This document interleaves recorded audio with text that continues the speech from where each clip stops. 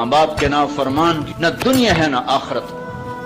ایک صحابی ہے، یا رسول اللہ میرا باپ نا میری کمائی میں سے خرچ کرتا، مجھ سے پوچھتا ہی نہیں، اور شرعاً قانوناً اگر میری کمائی میرے باپ کی جو کمائی ہے یا زمین ہے جائیداد ہے اس سے الگ میں نے اپنی محنت سے کوئی کمائی کی ہے، وہ میری ذاتی چیز ہے، قانوناً میرے باپ کو بھی پوچھنا چاہیے کہ بیٹا یہ تمہاری چیز میں لے سکتا ہوں، یہ پیسہ میں استعمال کر سکتا ہوں، قانون یہ ہے۔ تو اس نے قانون کی بات کی کہ میرا باپ میرا مال اٹھا کے خرچ کر دیتا، مجھ سے پوچھتا ہی نہیں۔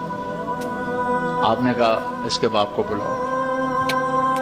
اس کے باپ کو بلایا تو وہ انہوں نے پوچھا کیوں بلا رہے ہیں؟ کہ تیرے بیٹے نے تیری شکایت کی۔ تو اس کو اتنا غم لگا کہ وہ کٹ کے مر گیا۔ اور عرب کی شاعری تو پھر پوری دنیا میں مشہور ہے، آج بھی مشہور ہے۔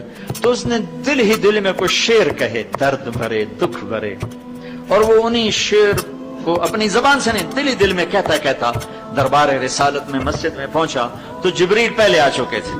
کہنے لگے یا رسول اللہ تعالیٰ فرما رہے ہیں کہ آپ اس سے کہیں کہ پہلے وہ شعر سنا جو تیری زبان سے تو ادا نہیں ہوئے، تو تیرے رب نے عرشوں پہ سن لیے ہیں۔ آپ نے فرمایا بھائی تمہارا کیس سنوں گا، پہلے وہ شعر سنا جو تیری زبان سے نہیں ادا ہوئے۔ اللہ نے سنے۔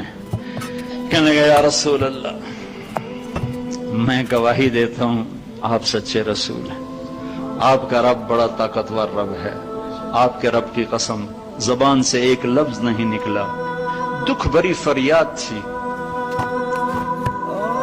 جو دل کی دنیا میں اٹھی اور وہیں گم ہو گئی، سینے سے اٹھی اور سینے میں ہی دفن ہو گئی، پر آپ کے رب نے عرشوں پہ سن لیا۔ آپ نے کہا اچھا سنا تو صحیح میرے بھائی۔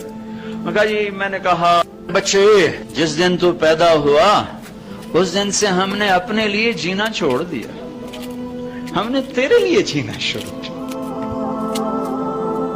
گرمی سے لڑے، سردی سے لڑے، موسموں سے لڑے، حالات کے آہنی پنجوں سے رزق نکالا، جبڑوں سے رزق نکالا، جوانی کو قربان کیا، صحت کو قربان کیا، اپنے جذبات کو سلا دیا، تیرے چہرے کی ایک مسکراہٹ دیکھنے کے لیے ساری ساری رات کام کیا، سارا سارا دن کام کیا، کبھی دھوپ میں کبھی سردی میں، کبھی گرمی سے لڑا کبھی سردی سے لڑا، کبھی موسم سے لڑا کبھی بھوک سے لڑا، تجھے کھلایا خود بھوکا رہا، تجھے پلایا خود پیاسا رہا، تجھے چھاؤں میں لٹایا خود دھوپ میں بیٹھا، تجھے سکھ پہنچایا خود دکھ جھیلا۔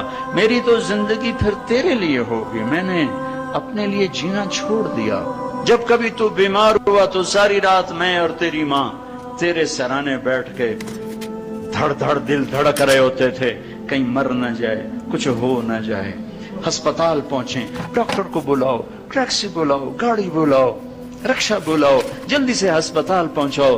اسی خوفناک خیالات میں ہم روتے تھے، پگھلتے تھے، ٹوٹتے تھے، بکھرتے گئے چلے گئے خشک پتے کی طرح، اور تیرے چہرے کی ایک مسکراہٹ کے لیے ساری مسکراہٹیں بھول گئے، تجھے صحت مند دیکھنے کے لیے اپنی صحت کے سودے کر دیے۔